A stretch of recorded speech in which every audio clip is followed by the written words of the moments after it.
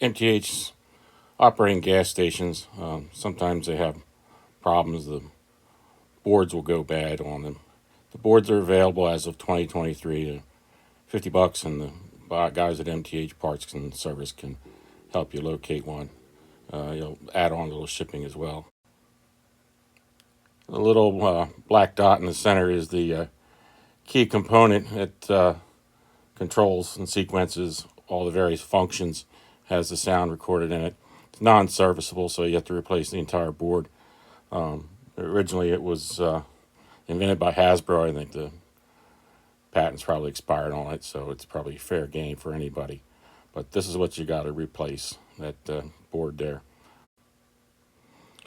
A lot of small screws, so an old egg carton can be very handy.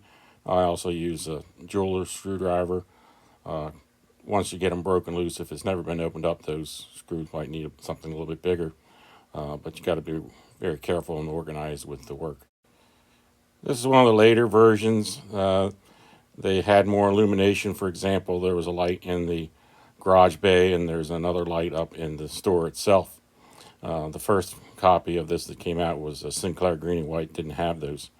I also noticed that the original versions had a air hose across the travel, and I guess they eliminated that because the sequencing was a bit of an issue.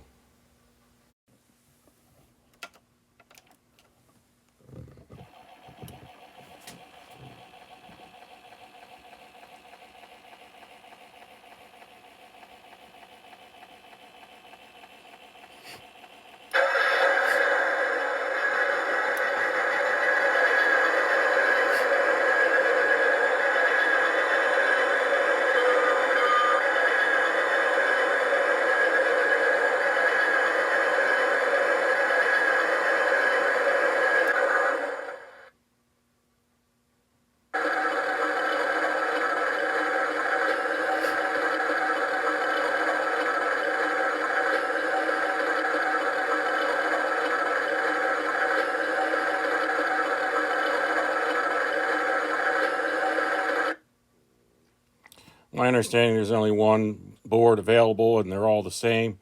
So if you have one of the stations that came with a VW Bug, the air-cooled engine there might not sound prototypical if they use this probably Chevy V8 or whatever they used to make the original sound system. We'll try it in lights off.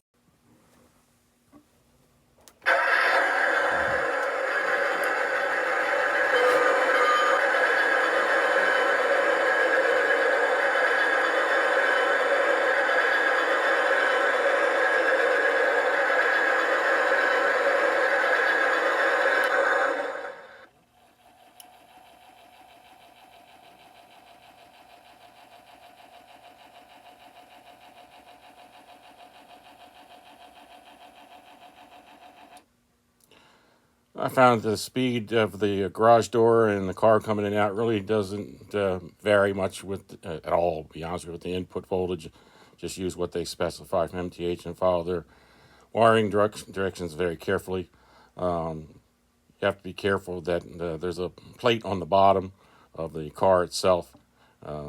Make sure that that is seated properly. This one had a pin that kind of located, but the pin was too high and it would cause the plate on the bottom to kind of drag, and then trim that back and then screw it back up tighter. Um,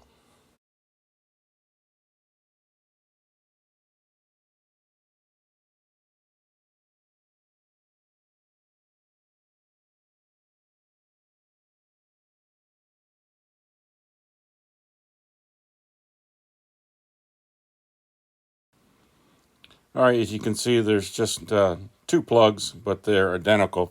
So if they are labeled SP2, that's your speaker.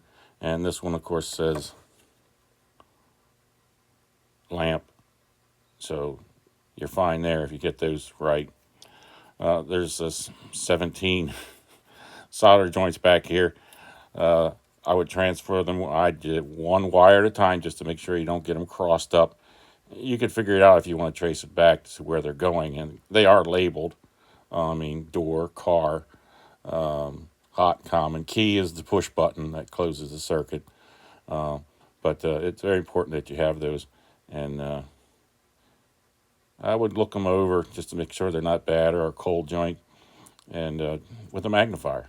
All right, that can be an issue as well. I like to operate these on the lower range, um, just to keep them from getting too hot. You can see it's got a pretty big heat sink on this thing, so that might not be a bad idea. The relay worked on this, so everything was fine. It's just that little guy there in the middle, I think, was the problem, and there's really no servicing. You just got to replace them.